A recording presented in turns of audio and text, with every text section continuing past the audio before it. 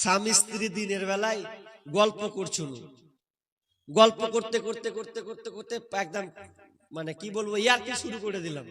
এ করতে করতে করতে এক পর্যায়ে কি হলো যে এমন হয়ে গেল যে শেষমেশ আর সহ্য করতে পারলাম না, আমরা দুজনে শারীরিক সম্পর্ক করে ফেললাম। কি করা যায়?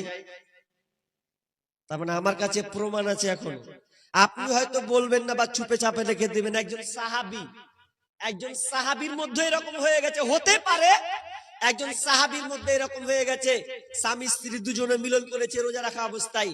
তো সাহাবী তো এবার তোরা বুঝে ভালো মন্দ, এবার কাঁদতে কাঁদতে মন খারাপ, ভোরটা আল্লাহ রাসূলের কাছে চলে গেছে, দে বলছে ইয়া রাসূলুল্লাহ হালাকতু, আমি নিজে বরবাদ হয়ে গেছি, আমার বিবিকে বরবাদ করে দিয়েছি ইয়া রাসূলুল্লাহ। আল্লাহ রাসূল বলছেন আমার সাহাবী তুমি কি এমন বরবাদ করে দিয়েছো? তুমি তো ভালোই আছো, সবল আছো, সুন্দর আছো, কি এমন কাজ করেছো রে সাহাবী যে তুমি বরবাদ হয়ে গেলে? তখন আল্লাহ রাসূল তখন সাহাবী বলছেন ইয়া রাসূলুল্লাহ ওই রকম না, আজ এটা চলছে রমজান মাস, এই রমজান মাসে আমার বিবির সঙ্গে আমি শারীরিক সম্পর্ক করে দিয়েছি, সম্পর্ক হয়ে গেছে আমার স্ত্রীর সঙ্গে, তো কি করব? তো বলছে তাই তো তুমি এই কাজ করে দিলে। তাহলে মাসালা, কেউ যদি দিনে স্ত্রীর সঙ্গে মিলন করে দেয় কি করতে হবে? ভালো করে কান লাগান।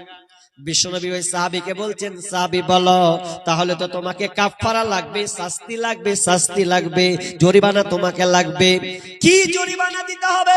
তুমি রোজা অবস্থায় তোমার স্ত্রীর সঙ্গে তুমি শারীরিক সম্পর্ক কায়েম করেছো, এই জন্য তোমার জন্য 3টা স্তর আছে, ওই 3টা স্তরে যে কোনো একটা তোমাকে মানতে হবে।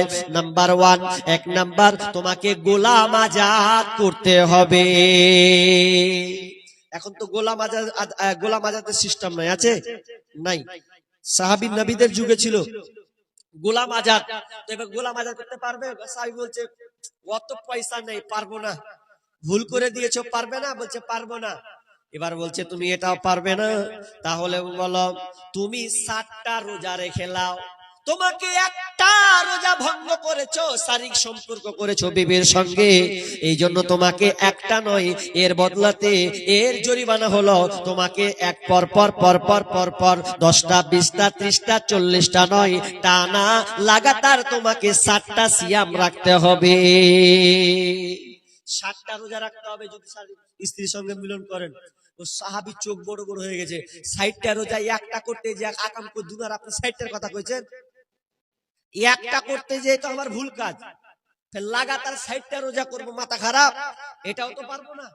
যে তুমি এটাও পারবে না, তাহলে তুমি 1 নম্বর পারলে না, 2 নম্বর পারলে না, তাহলে লাস্ট অপশন হচ্ছে তোমাকে 60 জন মিসকিনকে খাওয়াতে হবে, 60 জন মিসকিনকে তোমাকে খাওয়াতে হবে।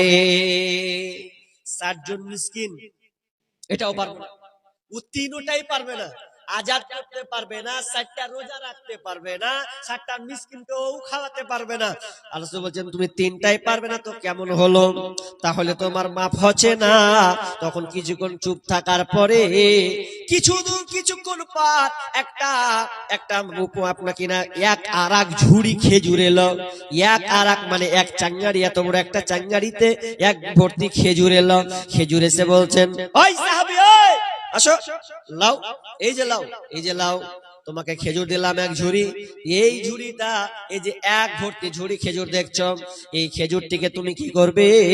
তোমার গ্রামে যেগুলা গরিব অসহায় আছে তাদেরকে তুমি একটা দুইটা করে দিয়ে দেবে, তাহলে তোমার এই কাফারা ক্ষমা হয়ে যাবে, তোমার এই খাসারত তোমার মাফ হয়ে যাবে।